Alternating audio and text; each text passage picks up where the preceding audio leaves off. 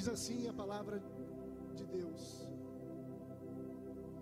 Jesus disse-lhe: eu o sou, eu que falo contigo. Jesus estava indo para a Judeia, e diz o texto que era necessário que Jesus passasse por Samaria. Só que o era necessário Jesus passar por Samaria não era por questões geográficas. Tinha outros meios, outras rotas de Jesus ir sem passar por Samaria. Mas o era-lhe necessário passar por Samaria é justamente porque Deus tinha um plano para toda a humanidade. Que por volta do meio-dia ele sentiu sede e parou no poço para tomar água. E nisso veio então a mulher samaritana. E ela chegando perto do poço, Jesus disse: me dá um pouco dessa água. Então ela fala: como pode você, sendo judeu, me pedir água?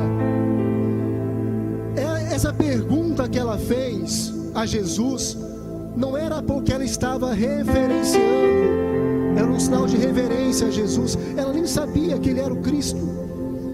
Essa pergunta que ela fez: como pode você, judeu, pedir para mim, samaritana, água? Aí Jesus disse: mulher, se você soubesse quem fala contigo, você me pediria da água, e a água que eu tenho para te oferecer, você nunca mais teria sede. Aí ela: mas então dá-me dessa água então. Só que Jesus, mais uma vez, ele mostra por que era o Filho de Deus. Ela pensando que era algo físico, mas Jesus falando de algo espiritual. Mulher, a água que eu tenho para te ofertar são águas que fluem rios de água viva. Só que ela ainda assim ficou meio um pé atrás com a conversa e começou a querer testar Jesus. Ela disse: olha, tira uma dúvida minha. Os judeus dizem que nós devemos adorar a Cristo, ao Senhor, em Jerusalém. Nós samaritanos não. Nós achamos que devemos adorar a Deus nos montes. Aí Jesus diz: mulher, eis que os verdadeiros adoradores adorarão em espírito e em verdade. Então ela toma outro choque. Ela diz: olha, nós sabemos que virá o Messias, que vai nos ensinar essas coisas. Então Jesus diz: eu o sou, eu quem falo contigo. Ela saiu correndo, voltou para sua aldeia, contou o que havia acontecido. Os povos daquela aldeia foram ter com Jesus. E diz o texto que Jesus passou ali 2 dias. E aqueles que estavam ali creram nele. E a salvação chegou àquele lugar. Em nome de Jesus.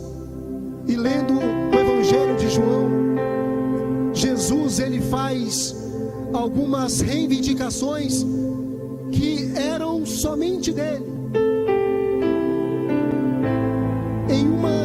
Em um dos sermões mais fortes da Bíblia, que se encontra em João capítulo 6, diz o texto que uma multidão acompanhava Jesus. Só que quando Jesus termina o sermão, só tinha restado os 12 discípulos. E Jesus virou para eles e disse: olha, e vocês vão querer ir embora também? Jesus estava dizendo para aquela multidão: não foi Moisés quem vos deu o pão do céu? é quem traz o verdadeiro pão do céu. E aquele que comer deste pão jamais terá fome. Aquele que comer deste pão jamais terá sede. Isso atraiu a multidão. E eles disseram: mas Jesus, dá-nos então deste pão. Aí Jesus diz: eu sou o pão da vida. O pão que eu tenho a oferecer a vocês é a minha carne, que é dada por vós. Aquilo escandalizou a maioria dos que ali estavam, que começaram a murmurar: peraí, esse aí não é o filho de José, o carpinteiro? Quem ele pensa que é para dizer que ele é o pão da vida? Mas Jesus, conhecendo o coração deles, continuou: eu sou o pão da vida. Eu sou o pão da vida, e aquele que comer da minha carne terá a vida eterna. O que eles não entenderam, o que eles não compreenderam, era que Jesus estava dizendo: ei, aquele que não comer da minha carne, aquele que não comer, que não passar pelo meu sacrifício, não terá vida eterna. Meus queridos, olha para mim, o Evangelho de Deus é sacrifício. Não existe cristianismo sem sacrifício. Não existe como você ser um cristão e não sacrificar por ele. Cristianismo é renúncia. É você renunciar à sua própria vontade para fazer a vontade de Deus. E muitos não estão dispostos a isso. Muitos não querem se sacrificar. Muitos não querem renunciar às suas vontades. O que nós mais vemos hoje nas igrejas são pessoas procurando um lugar para congregar, para ouvir aquilo que lhe agrada.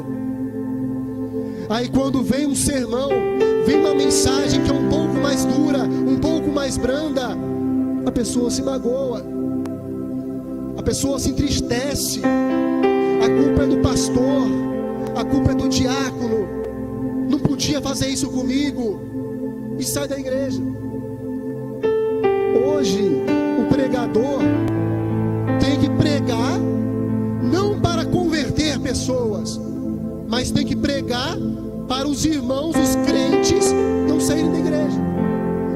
Porque infelizmente nós temos tido membros, eu digo não nós, simplesmente batista, de uma forma geral, que simplesmente querem ouvir o que lhe agrada, não estão dispostas a se sacrificar pelo Evangelho.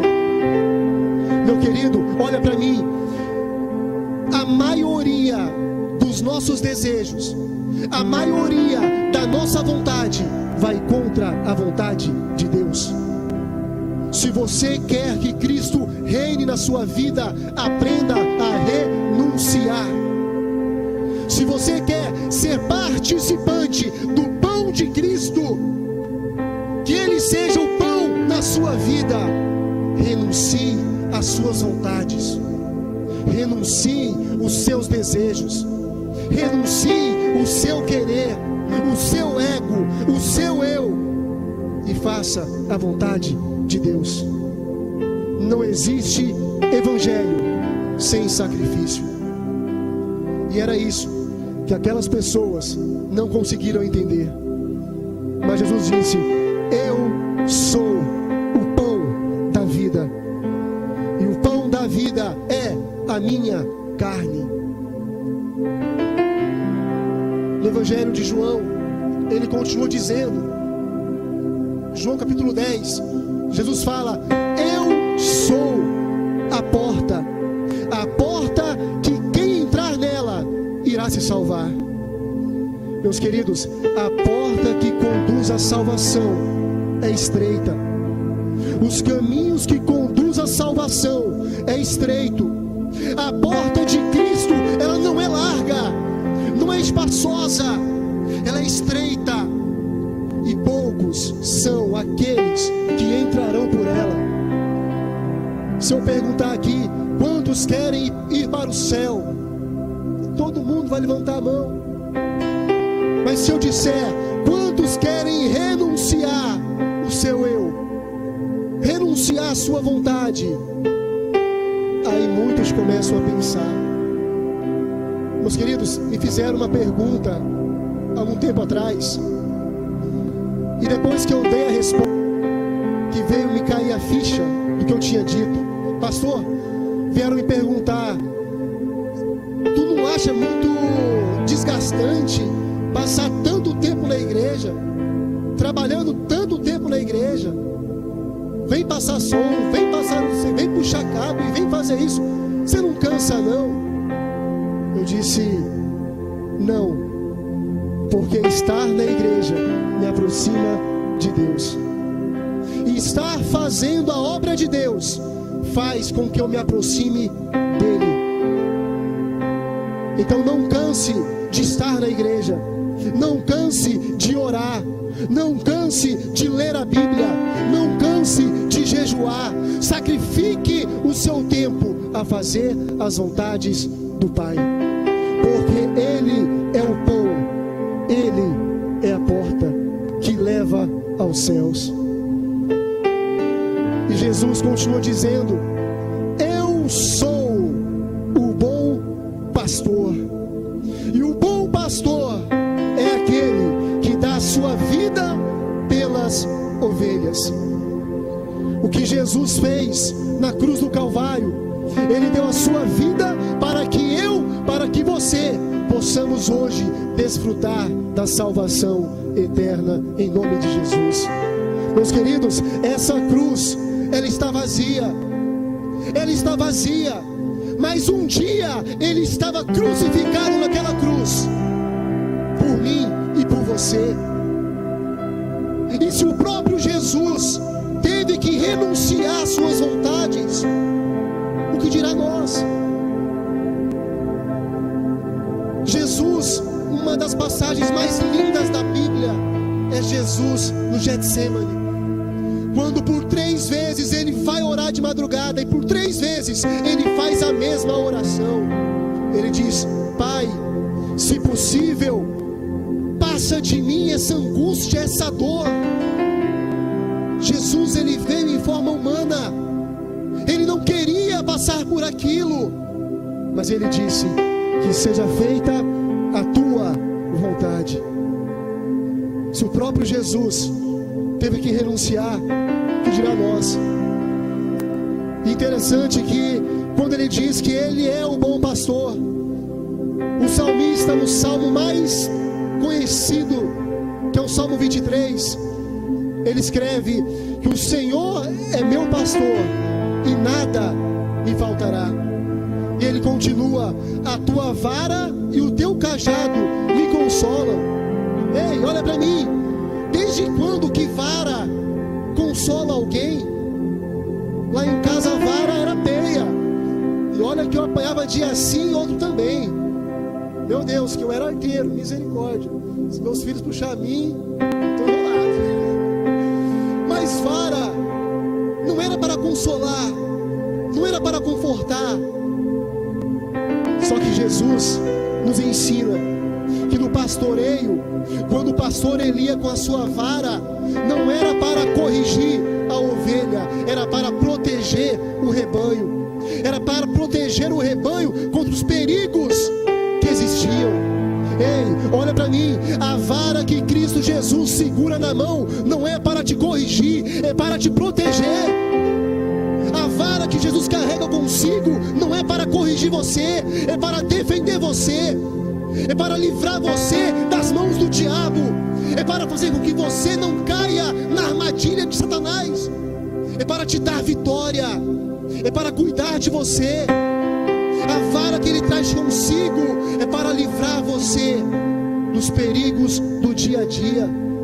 Você não faz ideia, mas você não sabe quantas vezes Deus livrou você, para hoje você está aqui assistindo a esse culto. Então a vara de Cristo Jesus não é para te corrigir, não é para te exortar, é para defender você. Jesus, Ele é o nosso pão. Ele é o pão vivo que desceu do céu. Ele é a porta que conduz à salvação. Ele é também o bom pastor. E as suas ovelhas, as ovelhas de Jesus, ouvem a voz do seu pastor. Será que você tem ouvido a voz de Deus? Será que você, quando se depara numa situação onde você tem que tomar uma escolha entre o certo e o errado, você tem dado ouvidos à voz do seu pastor? Ah, mas Jesus perdoa. Sim, Ele perdoa. Mas não confunda arrependimento com remorso. Jesus, Ele ama você. Ele deu a sua vida pela tua. Ele te ama. Mas Ele precisa que você renuncie às suas vontades. E no Evangelho de João, Ele continua dizendo: eu sou a luz do mundo. Quem me segue não andará em trevas. Meu querido, ser luz não é sobre brilhar. Ser luz é sobre iluminar caminhos. Será que as pessoas olham para você e enxergam Cristo na sua vida? Lá no seu trabalho, as pessoas conseguem enxergar a luz de Deus em você? Você foi chamado por Deus para ser luz. Deixe com que a sua vida fale por si. Deixe com que a luz de Cristo que há em você conduza outras pessoas à salvação. Ser luz não é sobre brilhar apenas, mas sobre iluminar caminhos de outras pessoas. Do fundo do meu coração, que onde você for, que onde você andar, as pessoas possam olhar e ver Jesus na sua vida e dizer: eu quero ser como fulano, porque eu vejo Jesus na vida dele. Então Ele é a luz do mundo, e quem o segue não andará em trevas. E Ele continua quando Ele diz em João capítulo 11: eu sou a ressurreição e a vida. Eu sou a ressurreição e a vida. Em João capítulo 11 traz a narrativa de Lázaro. Quando Jesus chega, vem Marta e Maria falar com Jesus. E Maria diz: eu sei que se o Senhor quiser, basta falar com o Pai e Lázaro ressuscita. Aí Jesus diz: tirai a pedra. Quando ele diz isso, outro diz: mas mestre, já está fedendo. Faz isso não. Já faz 4 dias que ele está morto. Ele já cheira mal. Aí Jesus diz: ei, eu não disse a vocês, quem crê em mim verá a glória eterna. Meus queridos, creia em Deus. Eu não sei qual o motivo, eu não sei qual a dificuldade que você está passando, mas Jesus conhece você. Jesus sabe da tua dor. Jesus sabe da tua aflição. Apenas creia e você verá a glória de Deus. Lembre-se disso, porque Jesus é na minha vida e na sua vida. Ele é o pão, Ele é a luz, Ele é a porta, Ele é o bom pastor, Ele é a ressurreição e a vida. Vamos todos todos nos colocar de pé em nome de Jesus.